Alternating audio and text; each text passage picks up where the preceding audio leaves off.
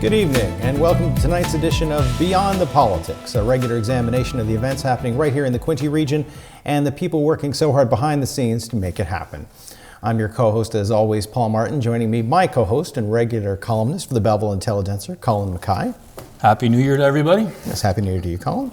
And our guest for this week, joining us for the municipality of Quinte West, Councillor for Sidney Ward, Don Kuntze.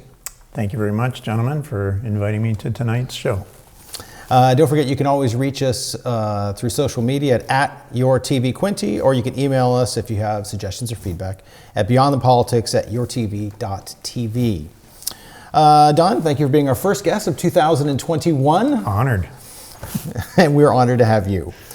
So let's start with, in current business, the capital budget. Not that long ago, of course, municipalities, in something that's been more recent. I remember the time when capital budgets used to still be dealt with in the spring as part of the process of capital and operating. But there was a move some time ago to sort of change things and do capital before, so you give time to go out to tender over the winter time. That is correct. Maybe get better bids on things. So talk about the Quinte West capital budget, which was a little different this year when you just approved it. Yes, we did a 2-year capital budget. So the staff came forward with the exact idea that you just mentioned about getting bids. They felt that getting bids not only for 2021, but they could also go and say late summer of 2021 or in the fall of 2021, go and start getting bids on projects for 2022.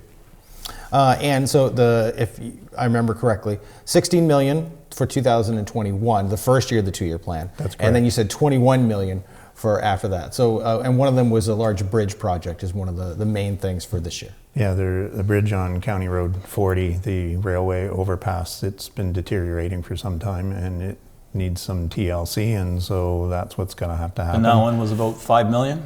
Yes. And a lot of roads being done, a lot of roads being upgraded? Always. We have been working on roads forever ever since they built them, and we're going to keep on doing them. Usually in the rural sections, it is the chip and tar surface, depending on the road area and the traffic volume. And then in the Trenton Ward, it's usually like asphalt paving, so like for those streets. You did King Street, that would be an example of that? King Street is part of the budget. Mm-hmm. Funding also came from the federal government to help out with that project. And so they finished phase 1 and we're stepping into phase 2. And of course, you always try to upgrade equipment as well? The water and wastewater, yes. Mm-hmm. Wherever there is water and wastewater under the surface, then that's certainly going right to the attention to do all that work. So how happy were you with the capital budget? I mean, and with this new approach, do you think this will be a better way of dealing with things moving forward? And do you expect to continue to see 2-year plans from this point on? Well, one of the good things about the budget is the way that the taxation's coming in, the assets that we have as far as budgets already approved.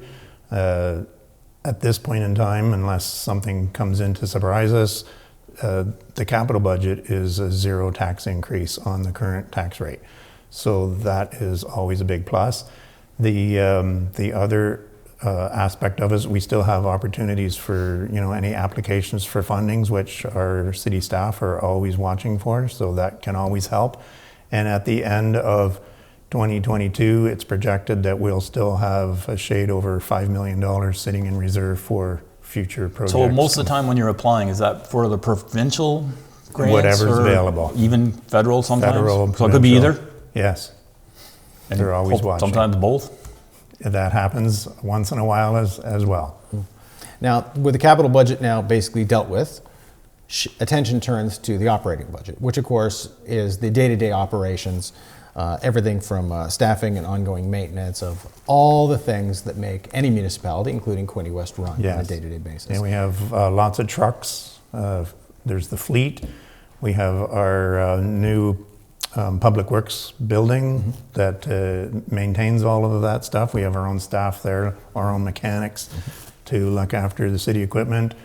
The busing for transit, the fire engines, all of those things need to be paid for through the operational budget. Last year, 2020, the operating budget was just under $63 million for the city. Now, Of course, when that operating budget was done, that was just as COVID was beginning, and we'll talk about that. Actually, our budget was passed in February. Oh, there you go. So before. So even more things changed after that. So now, Correct. with all the changes that have undergone in the last year, asset management is a little different. I mean, a project's a project, and you may have to delay or move forward, but it's within certain parameters. The operating budget's totally different because we're talking about operating facilities. We're talking about providing services. We're talking about making sure the transit runs. Right. So how challenging is doing that operating budget going to be this year, knowing what you know and learning what you've learned over the course of the past 11 months?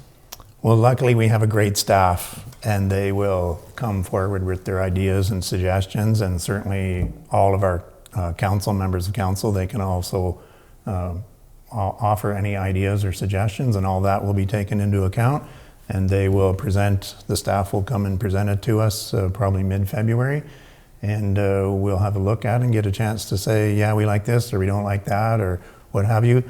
And also from our contribution for the COVID relief from the province of Ontario, we still have about $580,000 left.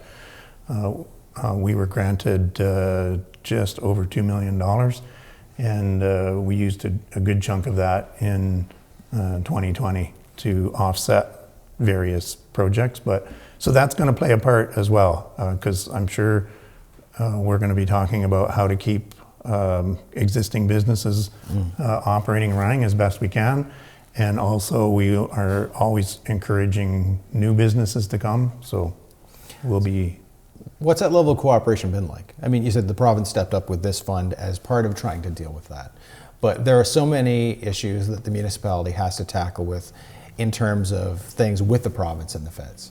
So what I'm asking is, how much have people come together? And do you feel that the municipality has the support it needs from other levels of government as it deals with COVID? Well, I feel that we do have that support, but we have to step back a little bit and realize that Quinte West, yes, we have lots of challenges, but the management of the assets, the budgeting process has been well organized over many decades to get us into a position where we have reserves, we have options, we have the ability to handle a situation, a bad situation, and not go into a spiral out of control.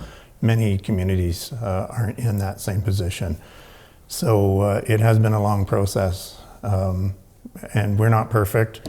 We also have lots of challenges, so we do have to be careful. So with the 540,000, would you have any idea where you'd use that, or are you going to try and keep that in reserve? Well, at this point in time, it's just sitting in reserve. We know there's going to be other expenses to deal with the issues of COVID-19, and that's what the money was provided for, and that's what we'll be putting it towards. And there may be more money coming. So businesses, helping them out, that kind of thing? It could go well. For instance, the YMCA. The YMCA had to close down, and so their revenue went just They have no down. revenue, almost. So they came to the city and said, well, we have a few issues, and so the city contributed $95,000 to prop up the YMCA to make sure that it's still viable, they're still maintaining the building. The city owns the building, but the YMCA maintains it and looks after it. But if there's any capital expenditure for that building, that is on the taxpayers, and so we need to make sure that the building is maintained. So that's just one example of the COVID money. So in your mind, what has been the biggest challenge of dealing with COVID? I mean, we basically now transitioned right from budget issues into that. It's basically the people. Yeah. We are no longer in the same offices. Well, I don't actually go to City Hall very much. I make a lot of phone calls. I talk to the management team. We had been meeting for council meetings and committee meetings, but now it's all done virtually. And so as talking to the management team, that's the big thing, is you're missing that group session, you're missing that eye-to-eye contact when you're in the same room, getting the vibes and ideas. You know, you're trying to get ideas going, it's a little harder. So has Quinte West pretty much been independent? You're on your own, you Zoom meetings? Correct. So you haven't, when was the last time you got together as a council? Roughly, I mean, Would have been a year ago? March. Last March? March, all the council. And not likely going to happen anytime soon. Not likely going to happen anytime soon.